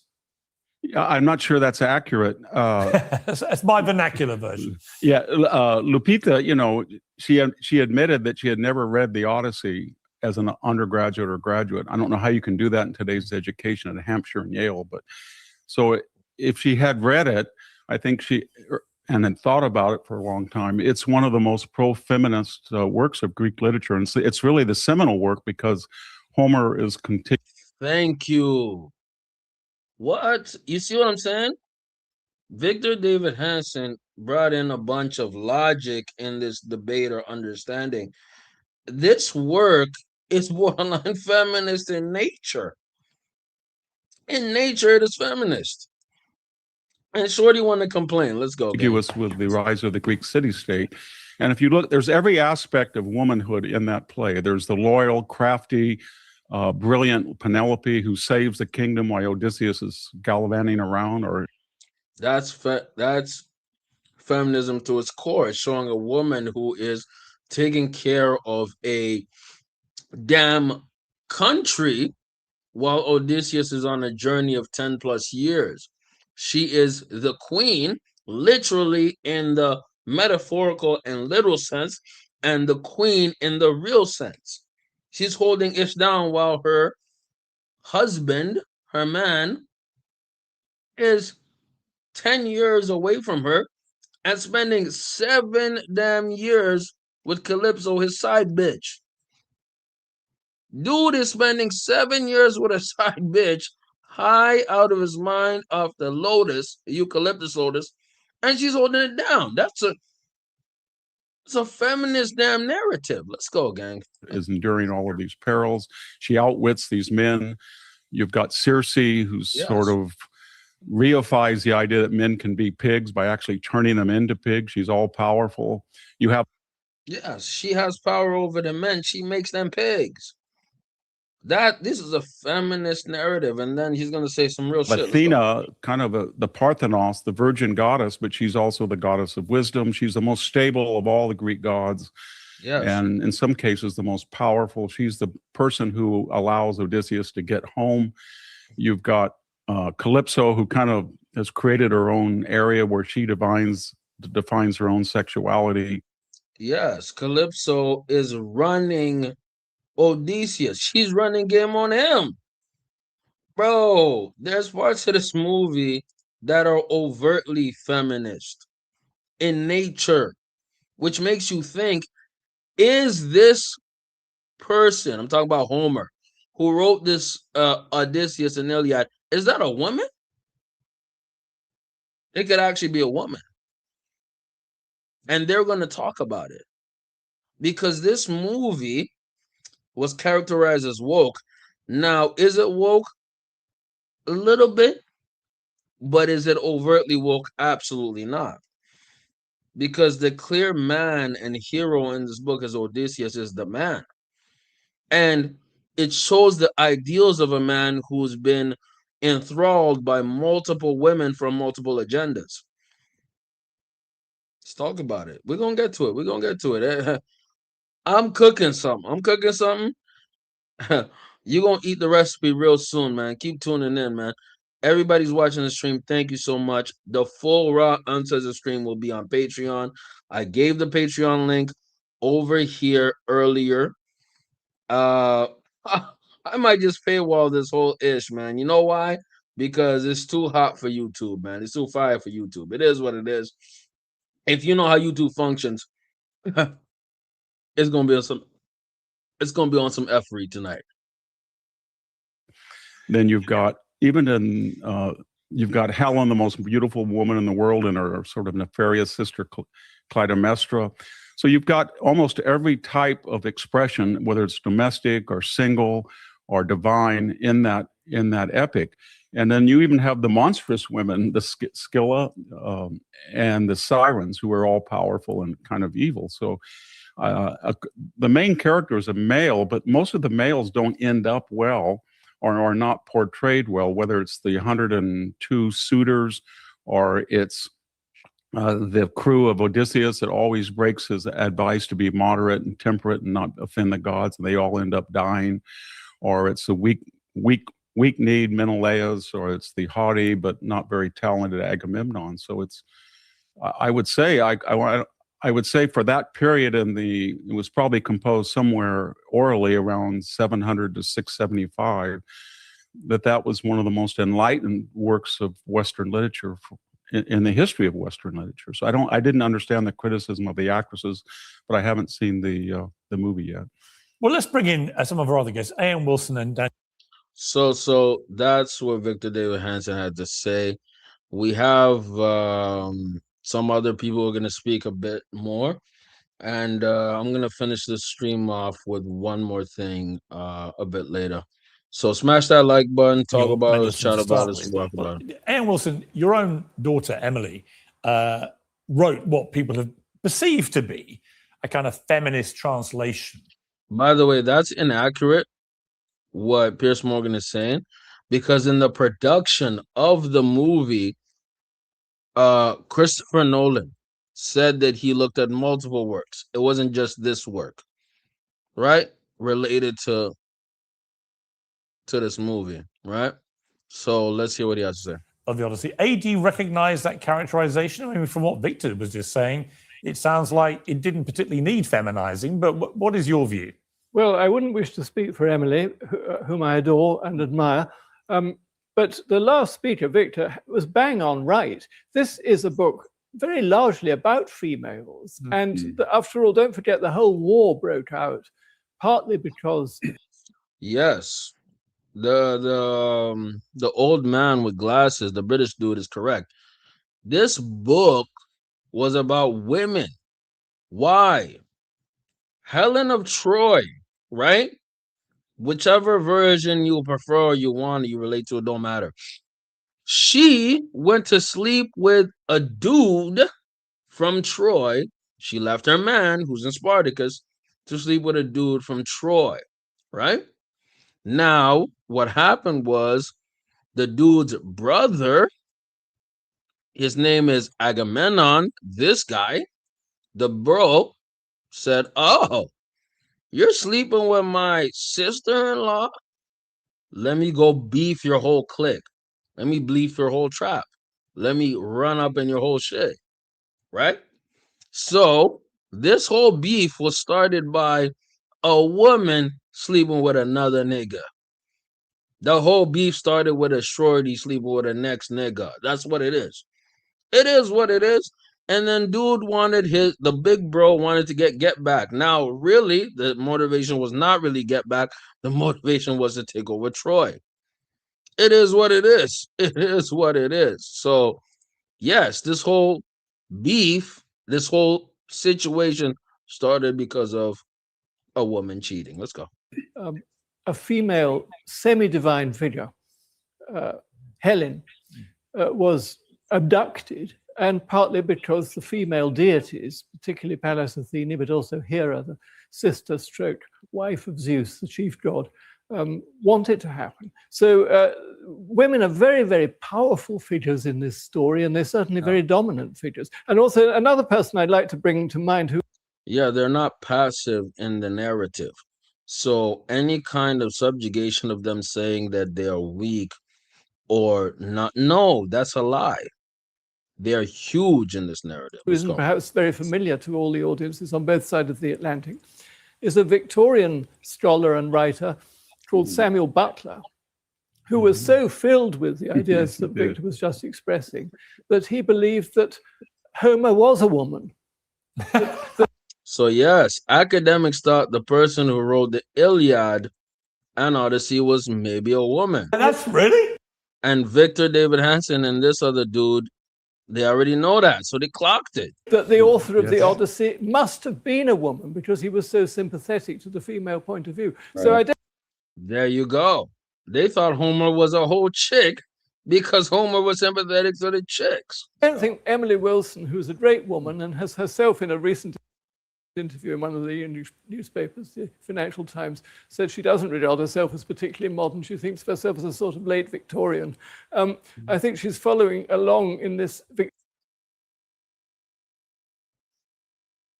Victorian tradition of realizing that the Odyssey is very sympathetic to the feminine.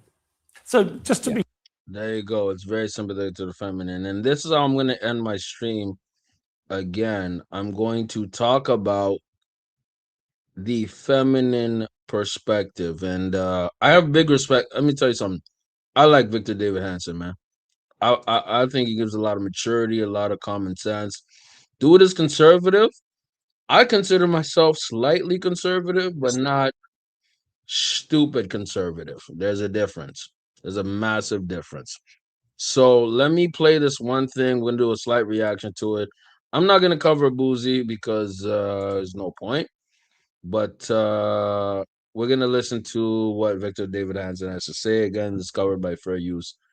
We will talk about it in between. The renowned British director has a new film coming out. Everybody's been talking.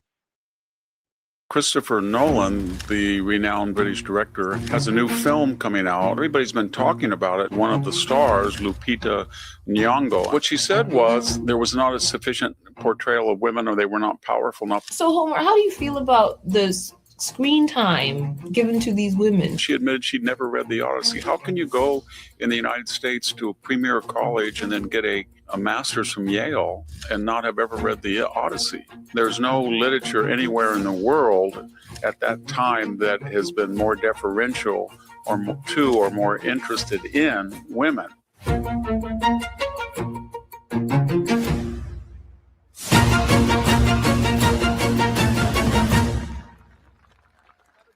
Hello, this is Victor Davis Hansen for the Daily Signal. Christopher Nolan, the renowned British director, has a new film coming out, another remake of... So, again, I want to let y'all know something. A lot of people go to university and they don't do their required reading. They don't know the source material. They're just there to get a degree. Them MFers sound like me. I do that. I did that ish. I was not trying to do more than get my degree and dipset out. Lupita Nyong'o went to a higher level institution. She just wanted to get her degree, bro. She was not trying to do too much. Rick Davis Hansen's going to break down the details of the movie and how it has overtly feminist or women-related ideals. The Odyssey by Homer. It's supposed to come out July 17th. Everybody's been talking about it, not because they know what's in it or they're trying to guess how he treats this age-old epic, but because one of the stars, Lupita Nyong'o, and forgive me if I mispronounced her name, has been very vocal that as she views the script and Homer's work. By the way, guys, I want y'all to get in the chat. Let me know what y'all think about this casting. And I think a lot of people overrated it. And I have a theory. I have a theory that this was part of the marketing. This was outrage marketing. This was marketing that people to watch. Let's go. Let's go. It's subversive. Himself there's a matter of feminism, that Homer did not highlight women sufficiently. Homer wrote the Odyssey, remember, at around 700 to 650 BC at the dawn of the Greek city-state. It's the second of his two epics, the Iliad and the Odyssey, and it's a much different epic than the Iliad, which takes place in about 11 weeks on the plain of Troy. This is a panoramic view of the Mediterranean and traces the 20-year odyssey of the hero Odysseus to get back from Troy to the northeastern island off the coast of Greece, Ithaca. Yes. What she said was that there was not a sufficient portrayal of women, or they were not powerful enough. I couldn't understand that. I taught the Odyssey for 20 years in English at the California. So this is something that I like. He's one of the academics that I actually do like. I do not like academics, period. I think people are such in a bubble of academia that it's retarded and it's stupid. But he's somebody who narrows it down properly. So he taught the Odyssey in classes for a good amount of time. The state university system to a variety of students, probably 2,000 students in humanities courses, as well as much smaller number in Greek. And one thing one comes away with, that there's no literature anywhere in the world at that time that has been more deferential or more interested in women. Remember that Odysseus is trying to get home to his palace as king of Ithaca, and his wife Penelope is there for 20 years, and soon the suitors, and these are people who want to marry her for the purposes of expropriating the kingdom, she's got to deal with them. Ultimately, yes, Penelope, as the wife, she has to deal with suitors who they don't necessarily want her, bro. They want what she has to offer. Let me explain again. Do you understand why I hate Robert Pattinson in this movie? So Robert Pattinson in the Odyssey, he sees Penelope as an instrument to what he wants, his ultimate power and ultimate resolve as the MFing king of Ithaca. Ultimately, dude has a play to just become the, oh my god, bro, I just seen it. Oh, bruh. How about you take one of these, nigga? How you take one of these? Oh my god. Thank you so much again. Thank you, homie. I have no choice. I was mid rant and homie just dropped that shit on me, bro. I guess we can listen to Victor David Hansen speak while I prepare my shot of water or apple juice. You hear that, YouTube? Water or apple juice, nigga. Don't play with me, man. I'm gonna have to paywall this, guys. It is what it is. You know what I'm saying? It is what it is. The full raw stream will come out eventually. Let's listen to Victor David. There's no enforcer. Thank you so much again, CB Euphoria. That's my dog. Anybody want to join him in this? Thank you so much. Shout out Sleepy Euphoria again. The men of Ithaca have all gone with Odysseus to Troy, and they've all been lost, and their families are angry. Everybody's mad at Odysseus. He's not there. The suitors then represent this anger, and they want to take over. One of them at least does, the palace. But she brilliantly puts them off in hopes that someday he'll come back. Cheers, Friday night. Friday night crash house streams. It is what it is. Let's go, gang. She weaves every evening. I might have to take the Friday night streams to Kick or something, man. Like the ish I'm doing, man. I might have to take it to Kick.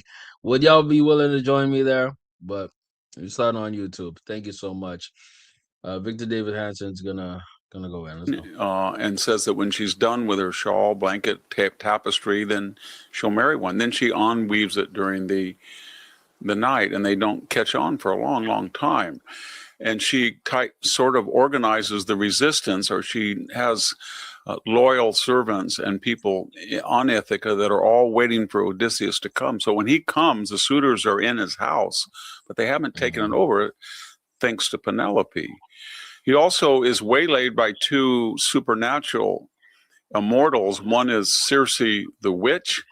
I guess you call her a witch. She's a sorceress. She's a sorceress. Yeah, you could say a witch, but really she's a sorceress. Coming back to what EDM said earlier, let's go back to his previous chat at the beginning of the stream.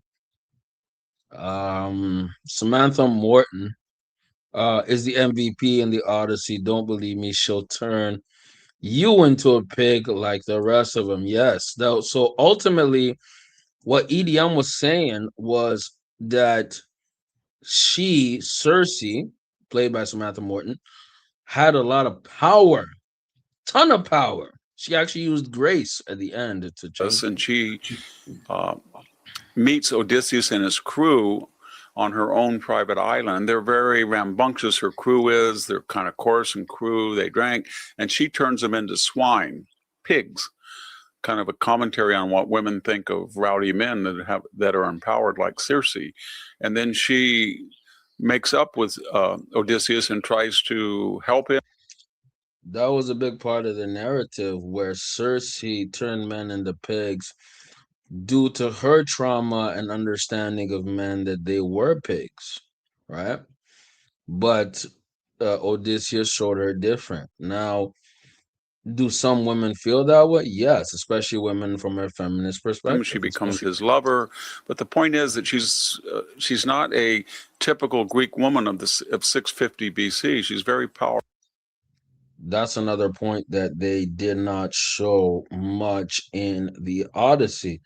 She did become a lover towards Odysseus because he did not display piggish qualities. Again, you have a narrative that's subversive to the time.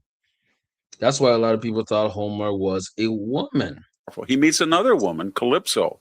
He's there on her island for 7 years, and she's a divine figure as well. And she makes love with him. She attends to his. There you go. So you have now a second woman who has chose him as a suitor, and she is powerful as well. That's what David Hansen is saying. He's a very intelligent man. I respect his need. She's very unhappy when the god Hermes tells her that he must leave. It is now the will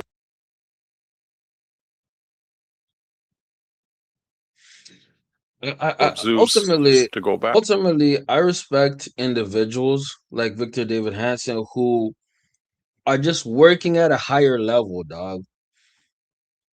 Like people are like, this world is stupid, bro, and they don't want to go deeper. Like, I'm just gonna keep it. This world is dumb, bro. Like, I'm not. Again, I personally believe I am dumb, but I'm not as dumb as them. Not as dumb as them. There's them, and then there's me, and then there's others. I'm talking about Victor David Hansen. This guy himself, he's working at a higher level of mentality, bro. There's surface level where you want to appease the retarded, stupid racists, where you make it called the Helen of Detroit, where you want to make it a purely racial based conversation and not actually on the source material. That's the retarded class or the dumb class. Okay? That class is specifically angry at the movie. Here's the irony. They're going to watch that movie twice. They're going to watch this movie twice. If you hate something, you're going to watch it more times. So when you trigger people and you make them angry, you are making yourself some more money. I strongly believe that. Let's go, gang. But she's also a powerful character, as is the goddess Athena, who is the patron saint of. And I kind of gave y'all the game as to what I'm doing. I want to piss people off. It is what it is. Let's go, gang. Odysseus. And she makes numerous appearances in the book. And what you get from her is, even though she's not quite Zeus, by her wisdom, courage, and influence. She's really one of the 2 or 3 most powerful of the gods on Olympus, and she alone Athena is a massive theme in this movie. makes it possible for Odysseus to get home. If you look Yes. at Helen, Helen is the one that caused supposedly the Trojan War because she ran off from her husband Menelaus with the kind of player Paris, and she's known as the most beautiful woman in the world, the most powerful woman because of her beauty, and she's disrupted the entire course of what would then be mythical history. In actuality, it may be a reminiscent of a Mycenaean campaign over to the coast of Asia Minor. So there's all sorts of characters in the Odyssey that are female, and they represent all aspects of femininity, from domestic loyalty to self-reliance to defining your own sexuality. Correct. You have all types of different women in this narrative that hit different plots. You have a loyal wife who puts on masculine qualities, Penelope. You have a sapiosexual nymphomaniac type of controlling woman in Calypso. You have a feminist, man aversive woman who wants to borderline punish men for her own trauma in Circe. And you have the guardian angel slash wise woman in Athena. You have 4 different archetypes of women that influence Odysseus. So the narrative itself could be perceived as feminist or at least feminist leaning because it has elevated multiple women from multiple different streams. Now, could that be considered woke? Absolutely. Absolutely could be considered woke. But the hero, again, is Odysseus, the masculine man who is a soldier, a metaphorical prisoner of war who is trying to get back home to that one great woman out of these 4 diabolical women. She is the, well, three diabolical women, and one woman is the one who is the subject of his desire, and that is his wife. Let's keep on going. All of them. There's even monsters such as Scylla, the monster Scylla, that kind of embodied angry women or the deadly feminine. So there's all aspects. I don't understand why Lupita Nyong'o said that. Lupita Nyong'o. Let's go, white boy. She didn't really. Let's go, white boy. Feel that women were appreciated because then she admitted she'd never read the Odyssey. How can you go in the United States to a premier college and then get a master's from Yale and not have ever read the Odyssey? And if not reading the Odyssey and reading it for the first time, you don't think you would weigh in advance of the movie to sort of say that women don't play enough role? Well, this is where Victor David Hanson shows that he's an old head because universities don't function like that. They will function as an algorithm. What's the algorithm? The algorithm is MFers just want to get their degree. They don't care about the experience or learning knowledge. They just want a prerequisite to get their degree, nigga. They're not there to actually get knowledge. They're there to get a degree and then funnel that into a job. The other issue very quickly is people were very controversial because she is black. And of course, Helen is described by Homer as fair arm, beautiful. And you get the impression.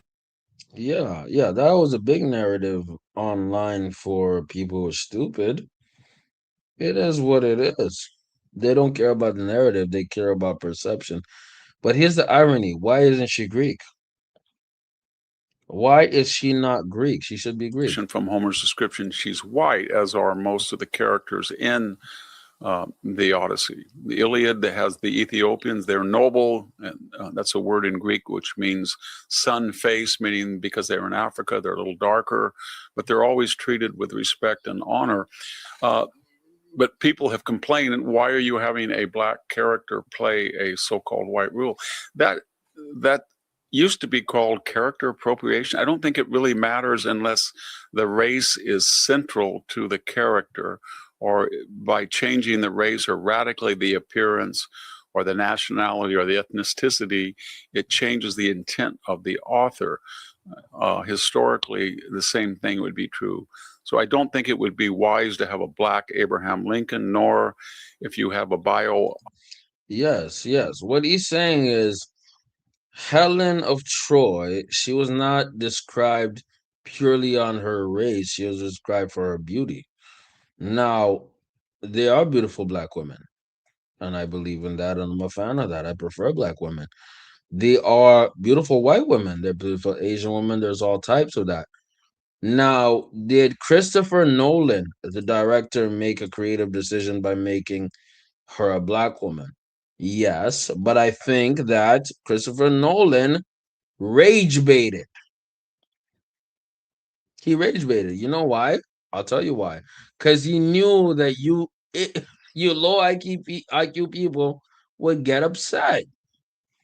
Either he knew or the marketing team knew, because there's such a controversy with her, Lupita Nyong'o, being the Helen of Troy, that people have ultimately decided to hate on this movie for this insignificant fact with an insignificant role, meaning the role of Lupita Nyong'o is so insignificant to the entire plot that I believe they knew.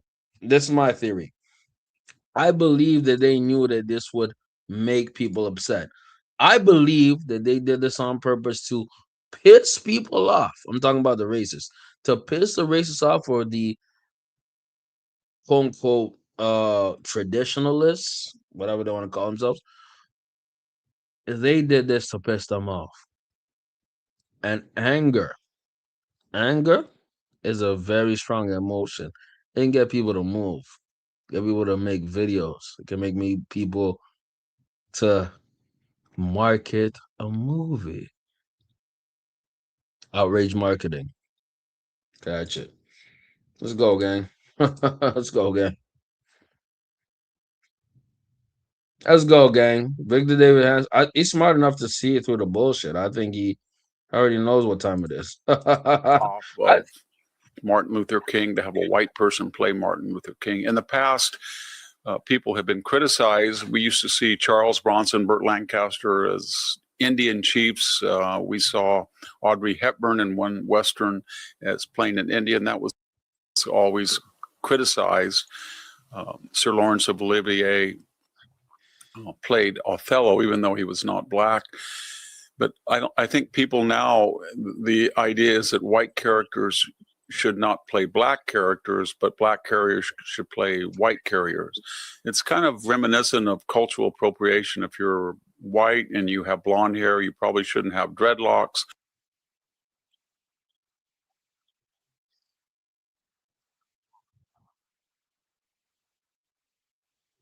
Or actor, it's how well these characters appear on the screen and to what degree they're good or bad actresses next week when we see it. Fair point by EDM. It says Odyssey cost $250+ million, but the film Blue Heron cost 500,000 less than Odyssey. Ultimately, this rage bait that they did, I think, is gonna push them close to $1 billion. I'm not capping. Odyssey is that good as a movie. Let's start off with that. And the outrage is actually going to push them over the edge, because outrage actually means good. You piss people off, that's a good thing in 2026. Finally, that's real. We're going to, what we all should be happy about is that you actually see a great work of literature put onto the screen. And we've had other versions. Kirk Douglas was Odysseus in a movie one. We've had a recent one from Italy. One of the things that is a little bit bothersome, this is the national epic of the Greek people. This is his best point, and I agree with this. People. So we've had all of these wonderful Greek actors for years that have been very successful in Hollywood and European film. There's a number of them on the stage. So why in the world, if you really wanted to portray the national epic of Greece, you wouldn't find a Greek Helen or a Greek Penelope? And I think that's kind of tragic. It would be almost as if a director was making another version of How the West Was Won, and there were no Americans in it. There were all Europeans or Africans or Asians, but no American actors. Now, I have an easier example of that. Let's say that somebody made a movie called Mulan. There were no Asian actors or actresses in it. This movie is called The Odyssey. No Greek actors prominently displayed. There's an Indian dude that's more displayed than Greece guys. I'm just giving it real. So that is a good criticism. Even though that was our past. And so the same thing was true. That would be my only limitation, but I'm suspending judgment, of course, because we haven't seen it. So watch for the issue coming up in the media of cultural appropriation. Can one person of one race play a character of another race? And what is the role of women in the Odyssey? But these are all peripheral issues. And finishing, the real issue is there's a hero who fought at Troy. He offended the gods. They're trying. And that's a great point. These are all peripheral issues. These are issues on the margins. These are not the real issues to the plot. The plot is a man offending the gods and going through peril because of it. Let's go. To punish him. And he wants to get back to his family, his wife, and his son. And it takes him 10 years on the plain of Troy to fight. And when the war is over and he should go home, like most of the Greek heroes, Ajax, Agamemnon, they're waylaid, bad things happen to them. They get on the wrong side of the gods. And we have a 10-year Odyssey, and it's brilliantly portrayed through flashbacks. And you're going to meet Cyclops, you're going to meet the Lystragonians, the Lotus Eaters, Circe, Calypso, all of these mythical monsters that try to stop him, and they cannot stop Odysseus. He wants to get home, and the suitors and the people at Ithaca cannot stop Penelope. She wants to preserve the kingdom in confidence that he will get home. So, and then really, in my opinion, that's where the movie and the narrative turns overtly masculine, and it overtly shows the hero's journey that despite everything, this man was able to conquer and rise above and reach that ultimate end and mission. And that is the masculine imperative that I like about this movie. in the essence, it's a monumental love story about duty, loyalty, and family. Thank you very much. This is Victor Davis Hanson for the Daily Signal. He killed it. He killed the shit. He went off. He went in. Shout out to Victor David Hansen. And the best I can do is clearly reference the video. So Victor Davis Hansen video. So I'm gonna put it right here. Y'all feel free to watch it. Y'all feel free to support him. He broke it down, and this was before him watching the movie. I personally believe he will love the movie, and he will greatly enjoy it. Period. Period. I think he will. I think he will. I could be wrong, but I could not. You know. Ultimately, let me blast myself here. I believe this is a must watch. Y'all watch it. You got my analysis for 2.5 hours. Appreciate my dog Sleepy Euphoria in the chat. I appreciate EDM331 in the chat. I appreciate all the super chats before beyond what y'all can believe. And I'm gonna leave it at that, man. It's Big Baby J, Big J TV. 31 years on this earth. I want to praise God. I want to thank you guys for supporting me. This will most likely go on Patreon, the full stream, uncensored and everything like that. Go show support to my Patreon. And I will edit this down to be less crazy. But with all that being said, thank you so much for giving me your time. Big Baby JTV, we out. Thank you so much.